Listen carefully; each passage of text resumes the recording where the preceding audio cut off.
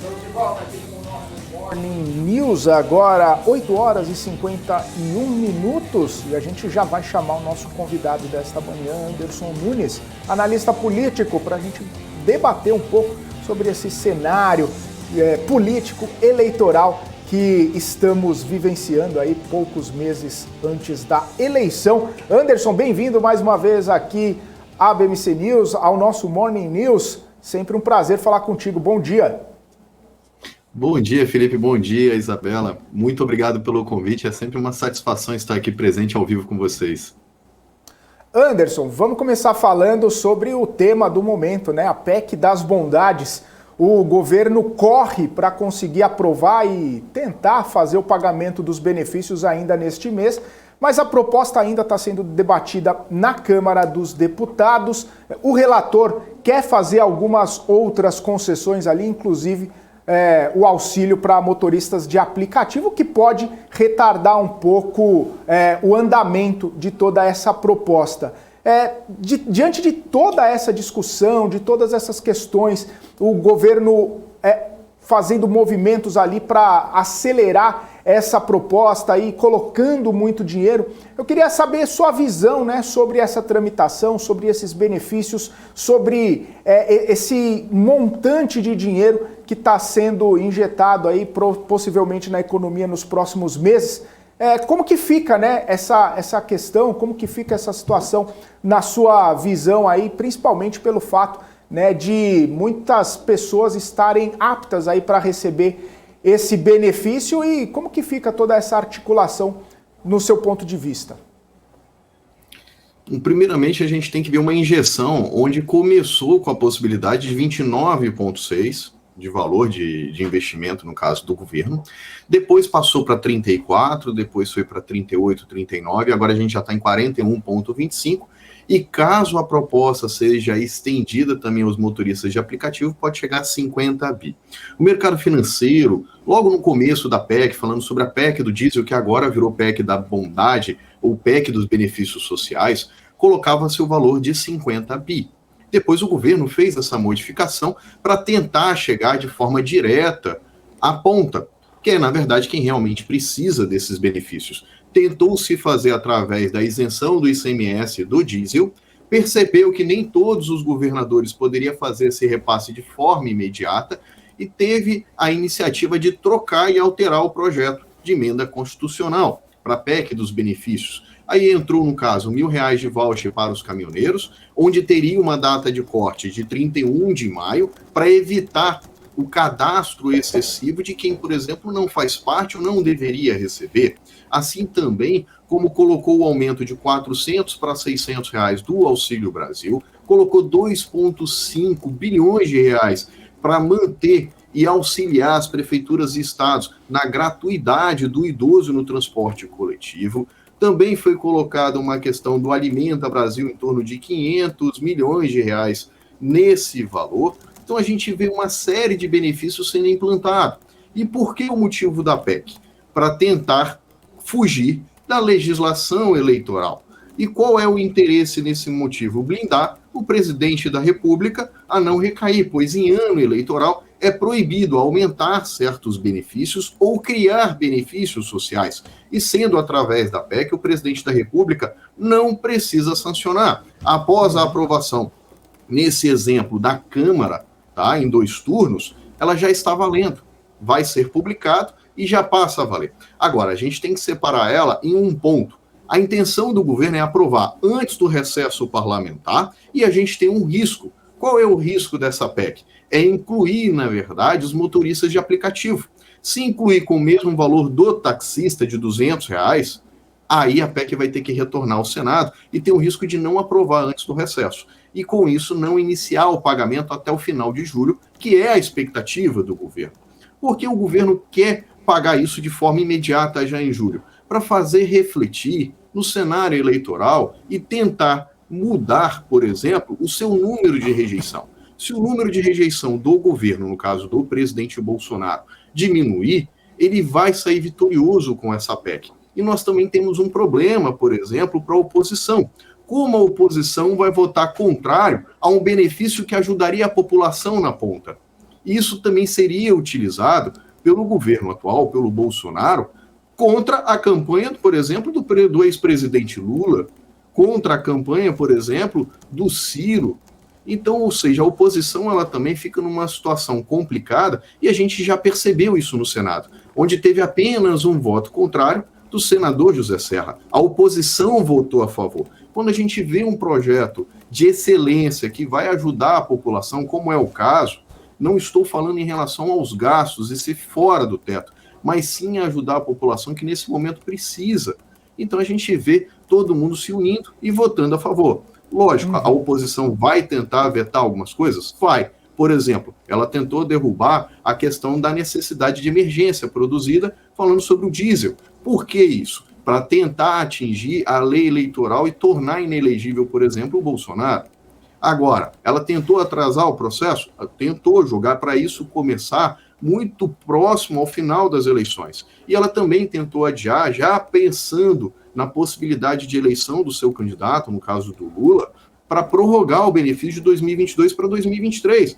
Pois, caso ele seja eleito e a PEC seja aprovada, ele vai ter um grande problema, pois ele vai entrar ao governo, esses benefícios vão ser retirados, alguns como, por exemplo, o voucher taxista e o voucher caminhoneiro, o valor de 600 vai descer para R$400 do Auxílio Brasil, e ele vai ter o nome como se ele tivesse tirado esses benefícios, que não é o caso. A legislação está sendo colocada. Então, essa PEC ela tem que ser dividida em várias partes para a gente conseguir fazer essa análise. Peço até perdão pelo tamanho da minha fala, mas ele tem esses vários de detalhes que estão sendo colocados. E a preocupação do governo é incluir o benefício aos motoristas de aplicativo. Isso atrasaria completamente o que o governo pensa.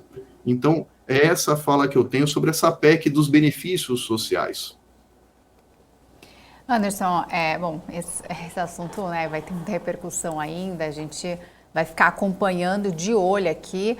Agora, mudando um pouquinho de assunto, indo para o cenário mais especificamente das eleições, outro assunto que está pipocando muito em relação à pré-candidatura de Márcio França, né? A gente sabe que existia ali um embate político entre Márcio França e Fernando Haddad, porém, uma decisão muito sábia realmente seria que ele saísse ali da disputa para não ter que complicar e dificultar ali dividir os votos da esquerda, né, junto com Márcio França e Haddad. E agora há essa possibilidade realmente dele ir para o Senado. Você acredita que será viável mesmo? Ele estava indo bem nas pesquisas, né, não queria desistir, mas você acredita que é mais viável para o PT que Márcio França vá para o Senado e assim consiga se consolidar mais seus votos para Fernando Haddad? Excelente pergunta, Isabela. Eu já vinha comentando na própria BMC que o PT e o PSB iam ter que resolver essa situação com o Márcio França e alguém teria que abrir mão. Se ele viria como vice do Haddad ou seria candidato ao Senado, como agora está sendo ventilado, ele vinha candidato ao Senado, foi uma decisão acertada, foi uma decisão perfeita dos dois partidos. Como que dois partidos que têm a aliança nacional vão ter dois candidatos disputando o mesmo objetivo, onde os dois poderiam se enfrentar, por exemplo, no debate, e os dois saírem perdedores desse debate? Como que um poderia falar do outro? Ficaria complicado. Então foi uma decisão acertada e ainda entra uma outra situação.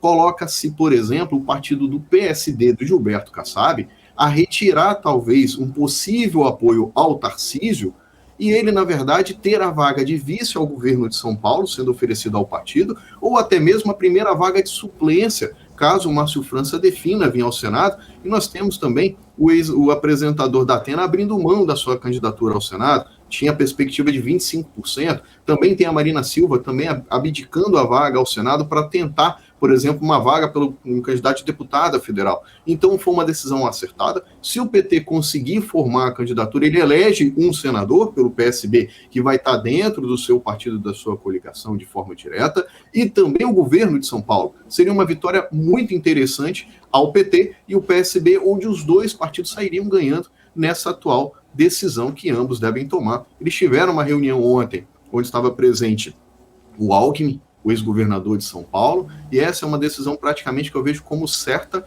e dada, e finalmente só falta ser anunciado de forma oficial. O Anderson, e nesse sentido ainda, né, aqui em São Paulo, a gente sabia que o Márcio França, pelo menos nas pesquisas, nas últimas pesquisas, ele estava até indo muito bem, estava na segunda colocação ali, logo atrás do Fernando Haddad, do PT, e acima, né, à frente do ex-ministro Tarcísio. Com a saída do Márcio França, possivelmente alguns votos do Márcio França vão para o Tarcísio, outros vão para o Haddad. Mas isso não abriria uma possibilidade de já colocar, de repente, o Tarcísio num segundo turno e ter a mesma coisa que aconteceu lá em 2018, aquela polarização do anti-PT, e isso ser prejudicial para a candidatura do Haddad, ao invés de disputar já com o Márcio França e ter, como eles têm a coligação nacional, né, já ter ali pelo menos um garantido na cadeira do Palácio dos Bandeirantes? Sim, na verdade isso também tem um risco do fator. O Márcio França ele vinha em torno de 15, 17, 18% em algumas pesquisas eleitorais e, na verdade, a transferência dele seria natural para os 3 candidatos, por exemplo, o Rodrigo Garcia, para o próprio ex-ministro Tarcísio e o Fernando Haddad. Agora, qual é a proporção que essa divisão vai ser dada, a gente só vai conseguir falar depois que ele oficializar e vir as próximas pesquisas. O PSB, ele tem um partido um pouco de esquerda, mas muita gente acaba votando no PSB e pode acontecer, por exemplo, num segundo turno, de ter essa situação, por exemplo, de petismo, no caso, ser contra o PT ali e favorecer, por exemplo, o Tarcísio. A gente tem que avaliar com isso com tranquilidade e cautela nesse momento. Falta ainda muito tempo para as eleições, falta tempo ainda para definir, por exemplo, quem vai ser o vice de chapa de cada um, e isso também pode modificar os apoios dos partidos, vão definir. Então eu acredito que foi uma decisão acertada do PT, vai transferir pelo menos metade desses votos que ele tem para o PT, pois ele vai apoiar a candidatura do Fernando Haddad. E, na verdade, o Fernando Haddad ele sai vitorioso, por exemplo, num primeiro turno, se a gente for observar nesse momento. Em São Paulo vai ter segundo turno, observando as pesquisas, onde vai ter o Fernando Haddad em primeiro lugar e o Tarcísio em segundo. E a definição vai andar aí de acordo com o projeto de governo de cada um e de quem vai apoiar. Pois no governo a situação é um pouco diferente. Vai depender de quem são os deputados, quem são os senadores que vão estar apoiando esses candidatos e também dos partidos. Isso faz total diferença. E depois, junto nessa situação, vem os prefeitos e vereadores que fazem o trabalho na ponta e de forma direta com a população, com seus eleitores. Anderson, então só para entender, né? O Márcio França estava esperando ali a decisão de Kassab, que até hoje iria dizer, hoje é 5 de julho, né, iria dizer se iria apoiar o PT e o PSB ali nessa eleição, mas havia uma grande possibilidade também de Kassab apoiar o candidato presidente Jair Bolsonaro e, inclusive, poderia ficar como um posto de suplente ao Senado. Então, isso significa que, já que Márcio França tomou essa decisão de ir ao Senado, então Kassab desiste de apoiar o Tarcísio? Temos enorme chance disso acontecer. Por isso que eu venho comentando que as eleições só se finalizam, por exemplo, de quem são os candidatos no dia 15 de agosto, que é quando sai o resultado das convenções, quando faz o cadastro de chapa. Então, ou seja, até o presente momento, estava com grande chance inclinado do PSD, do Gilberto Kassab, apoiar, por exemplo, o ex-ministro Tarcísio. E com isso, modificou todo o cenário eleitoral, onde o PT e o PSB tomam uma decisão acertada do cunho político, retira Márcio França da candidatura ao governo, abre espaço, porque o Márcio França seria o candidato natural a vice-governador de São Paulo, junto com o Fernando Haddad na chapa PT-PSB, formando a mesma chapa também no cunho nacional com o Lula e o Alckmin. E agora, na verdade, coloca essa decisão para o Kassab, onde ele coloca 2 postos, por exemplo, importantes de vice-governador de São Paulo e primeiro suplente ao Senado. E agora o Kassab ele teve um oferecimento dos partidos para tomar a decisão. E a pergunta é, qual será o oferecimento, por exemplo, do partido do Tarcísio? O que ele vai oferecer? Ele vai oferecer, por exemplo, o vice de chapa? Ele vai formar um apoio para, por exemplo, Kassab decidir vir com algum candidato ao Senado?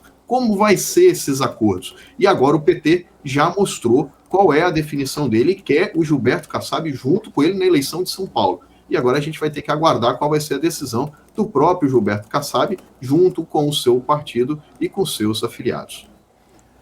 Anderson, indo mais para o cenário nacional, né, o presidente Jair Bolsonaro convocou hoje uma reunião ministerial, quer conversar com os seus principais ministros ali para dar uma intensificada em inauguração de obra,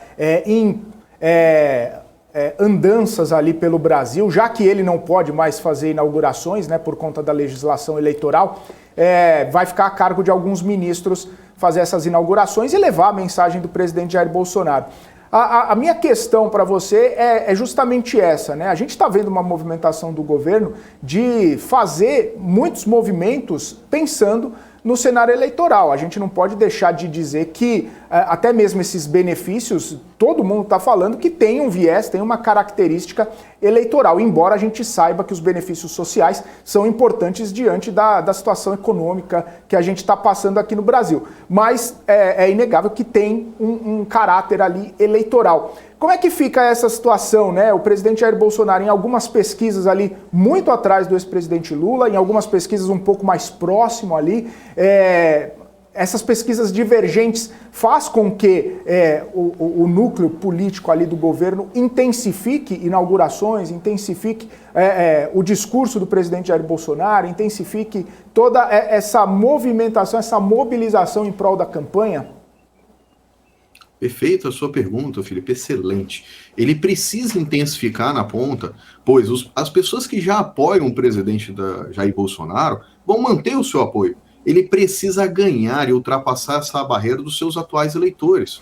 E com isso ele vai ter que fazer o quê? Utilizar as pontas, incentivando as inaugurações, indo até os prefeitos da cidade, vereadores, deputados estaduais que vão ser candidatos, fechar os acordos eleitorais como são feitos estaduais, que são importantíssimos, e ter a ciência que cada voto vai fazer a diferença.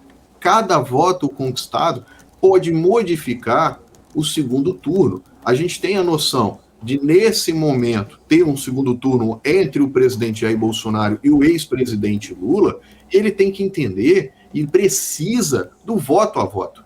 Tentar desconstruir, um caso, o presidente Lula, na imagem dele, também falando de processos anteriores, igual ele sofreu, também falar de como era a administração das estatais, para tentar ganhar o voto daquele eleitor que está indeciso ou mais tendencioso a voltar em Lula. A gente tem que separar dois momentos. O eleitor de direita e o eleitor de esquerda já tem seu voto definido. Os dois precisam ir atrás dos indecisos e daquele que tem maior inclinação a votar, pois alguns já têm a sua decisão tomada. Então, intensificar com seus ministros aos estados nas inaugurações e fazer essa frente a frente com o eleitor é importantíssimo para o governo.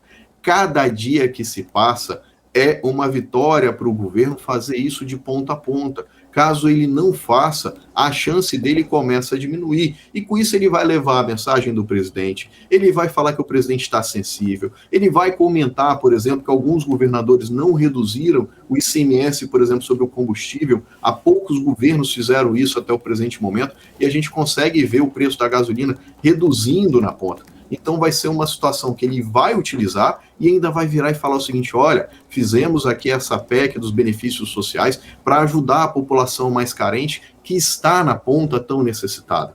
E depois vai ser observado o que essa PEC vai trazer, por exemplo, se vai trazer problema financeiro ou não, como isso também vai repercutir na inflação, se as pessoas vão aumentar o seu consumo ou, por exemplo, vão conseguir sustentar a sua família. A gente vê uma inflação bem alta na ponta e o povo tendo esse sofrimento ali pontualmente com alguns quesitos e algumas coisas da cesta básica.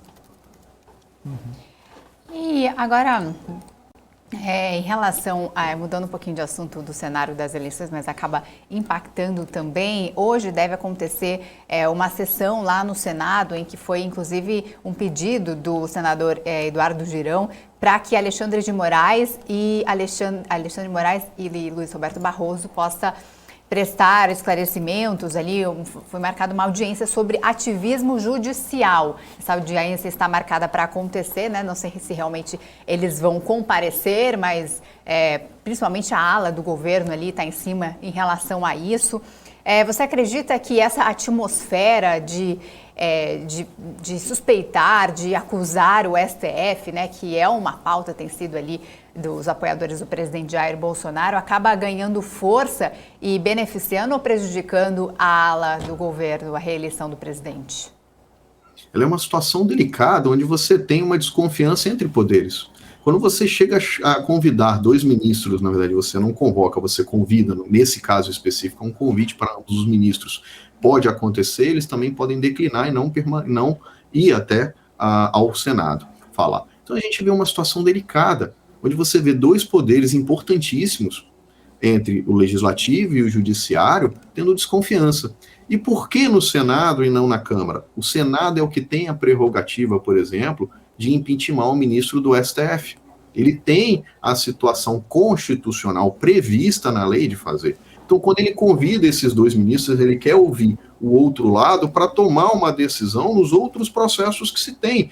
Lembrando que o ministro Alexandre de Moraes vai ser o presidente, por exemplo, do Tribunal Superior Eleitoral e vai conduzir as eleições desse ano. Então, a gente vê uma situação complicada. Todos os holofotes, se ambos forem ao Senado, vai estar atento a qualquer palavra sendo dita por ambos para definir se eles têm ou não a prerrogativa de continuar no Senado, se vai ou não dar sequência nos processos que tem de impeachment, no caso do Alexandre de Moraes no Senado. Então, hoje os olhares dos apoiadores do governo vão estar atentos a esse detalhe, a esse comparecimento de ambos, e eu acredito que pode inflamar ainda mais, por exemplo, os eleitores do Bolsonaro, dependendo da fala do que os ministros tiverem. Então eu vejo com um pouco de preocupação, de uma certa instabilidade entre os poderes que vai causar conflito entre o legislativo, entre o judiciário e o executivo. Eu tenho um pouco de cautela e numa situação dessa entre os ministros do que pode acontecer depois. Então eu fico aqui um pouco receoso com a decisão de convidar ambos os ministros e qual a decisão poderá ser tomada depois, caso os 2 ministros compareçam ao Senado. Anderson, tem uma notícia pipocando muito mais nas redes sociais até do que na mídia em relação àquela denúncia, a delação ali de Marcos Valério sobre a relação do PT com o PCC, até acusações em relação à morte do prefeito Celso Daniel. Eu queria entender qual que é a gravidade disso em relação às eleições, se isso deve impactar na campanha do ex-presidente Lula, se isso deve continuar aumentando essa expectativa em cima de todas essas acusações. E a gente não tem visto muito na mídia, né, uma denúncia tão grave como essa, mas nas redes sociais mesmo, né? Eu queria entender, na sua visão, se isso pode prejudicar a campanha do PT. Claro, perfeita a sua pergunta. Realmente a gente tem visto mais essas ações nas redes sociais do que no meio de comunicação no geral. Então, o que acontece? Eu vou pegar o exemplo, independente dessa situação da denúncia do Marcos Valério, falando da ligação do PT com o PCC, falando de uma forma geral. Qualquer candidato que tivesse na atual conjuntura, nesse caso, o PT, o candidato contrário iria explorar isso na mídia. É uma denúncia grave, é uma denúncia que merece ser apurada, é uma denúncia que, se realmente for confirmada, muda todo o risco eleitoral por caso do PT. A situação de acusar a morte, por exemplo, do ex-prefeito do Celso Daniel, que até agora é uma incógnita de quem participou ali, quem foi o mandante, qual é a realidade disso, é uma situação difícil para o PT. Se confirmar, mancha a imagem do PT e até que ponto isso pode atingir os outros candidatos, no caso o Bolsonaro, o caso Ciro Gomes, até a Simone Tebet, devem explorar isso contra o PT. Eles vão explorar isso na campanha, e ela vai ser explorada. Anderson, só está nas redes sociais. As redes sociais hoje elegem o candidato a deputado, elegem, por exemplo, como elegeram o presidente Jair Bolsonaro. hoje a situação de eleição ela é modificada, as redes sociais têm grande importância nessa situação, tanto de notícia quanto de desinformação, que ela se torna um veículo importantíssimo na internet e, ao mesmo tempo, um veículo perigoso com notícias, por exemplo, que não tem a sua origem verificada. Eu acredito que o Bolsonaro vai usar isso na eleição para o PT, contra o PT, e acredito que o ex-presidente Lula vai ter que ter um certo cuidado na sua fala, que ele vai ser cobrado, pois se realmente for a verdade, ela vai vir à tona e vai vir a verdade, ela vai aparecer. Isso vai prejudicar e muito a eleição do ex-presidente Lula e quem sabe até diminuir a sua chance no seu valor ao qual ele se encontra hoje com 48, 49, algumas pesquisas trazendo com 40, isso pode até diminuir e fazer com que confirme os eleitores que não têm a certeza de quem votar a colocar uma rejeição maior no ex-presidente Lula, por exemplo. Tá certo, então. Anderson, muito obrigado pela sua participação aqui com a gente. Sempre muito bom bater esse papo sobre política aqui contigo. Até uma próxima, então. Ótima terça-feira para você. Obrigado, Felipe. Obrigado, Isabela. Um excelente dia e estou sempre à disposição da BMC.